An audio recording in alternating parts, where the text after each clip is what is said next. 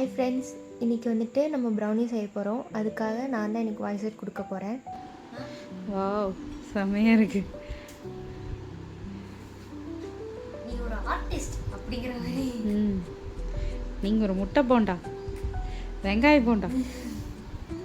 Okay, brownie செய்கிறதுக்கு நான் first என்ன எடுத்திருக்கேன்னா அன்சால்டட் பட்டரும் டார்க் காம்பவுண்ட் சாக்லேட்டும் எடுத்திருக்கேன். அது வந்துட்டு டபுள் பாயிலிங் மெத்தடில் நம்ம மெல்ட் பண்ணிக்கலாம். அது மெல்ட் பண்ணுறப்போ எந்த ஒரு கட்டியும் இல்லாமல் நம்ம நல்லா இது பண்ணிக்கணும். அதுக்கு இடையில வந்துட்டு நம்மளோட டின்னில் வந்துட்டு பட்டர் ஷீட்டில் வச்சு ஆயில் நல்லா ஸ்ப்ரெட் பண்ணி விட்டுக்கணும்.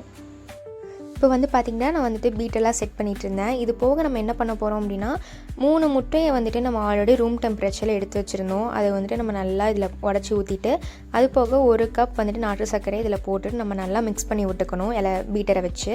அது போக 1 டீஸ்பூன் அளவுக்கு நம்ம இப்போ பார்த்திங்கன்னா நம்ம வெனிலா எசன்ஸ் ஊற்றினதுக்கப்புறமா நம்ம வந்துட்டு இந்த மெல்ட் பண்ணி வச்சுருக்க சாக்லேட் எல்லாமே இதில் போட்டுடலாம். இதுக்கெல்லாம் நானும்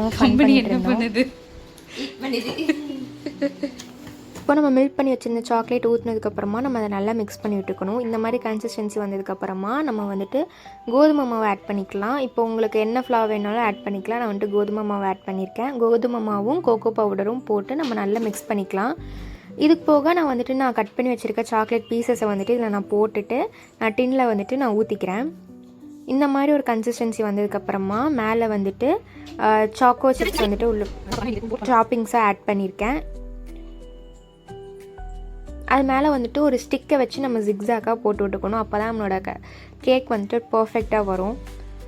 இப்போ வந்துட்டு நான் ஓவனில் வந்துட்டு நான் டைமர் செட் பண்ணி வச்சுட்டு இருந்தேன். 170 டிகிரி வச்சு 25 மினிட்ஸ் நான் வந்துட்டு பேக் பண்ணி எடுத்துக்கிட்டேன். உடனே திறக்கலாமா? இப்போ பார்த்தீங்கன்னா ஓவனும் வந்துட்டு கம்ப்ளீட் ஆயிடுச்சு. இப்போது நம்ம ப்ரௌனி எடுத்துடலாம். எடுத்த உடனே நம்ம பீஸ் போட முடியாது. அது கொஞ்சம் நல்லா நமக்கு செட் ஆகணும். ஸோ அது நல்லா செட் ஆனதுக்கப்புறமா நான் வந்துட்டு ஒரு 2 hours கழித்து தான் நான் பண்ணேன். இதை இந்த மாதிரிலாம் 2 hours கழித்து நம்ம எடுத்ததுக்கப்புறமா பார்த்துக்கிட்டிங்கன்னா நம்மளுக்கு இந்த மாதிரி ஒரு பீசஸ் நம்ம போட்டு எடுத்துக்கிட்டோம் அப்படின்னா நம்மளோட ப்ரௌனி ரெடி ஆகிடும். ஸோ இதுதான் என்னோடய ஸ்டைலில் ப்ரௌனி. இது வந்துட்டு நானாக செய்யலை, நான் வந்துட்டு யூடியூப் பார்த்து தான் செஞ்சேன். ஆனஸ்ட்டாக எந்த மெஷர்மெண்ட்டும் கிடையாது. நான் வீட்டில் இருக்கேன் அப்படிங்கிறனால சும்மா நானும் அப்ராச்மெண்ட்டாக போட்டது. ஸோ உங்களுக்கு வந்துட்டு இல்லை மெஷர்மெண்ட்லாம் கரெக்டாக பண்ணணும் அப்படின்னா அதுக்கு தகுந்த மாதிரி நீங்கள் பார்த்து பண்ணிக்கோங்க. இது வந்துட்டு எனக்கு தெரிஞ்ச அளவுக்கு நான் ப்ரௌனி பண்ணது. அப்புறம் டேடி டியூ கடைசியில் கொடுத்து டேஸ்ட்லாம் பார்க்க சொன்னேன். ஸோ அந்த கிளிப்பிங் தான் இது. அவரும் சூப்பராக இருக்குது அப்படின்ட்டு இருந்தார். வீடியோ பிடிச்சிருந்தா லைக் பண்ணுங்கள். தேங்க்யூ.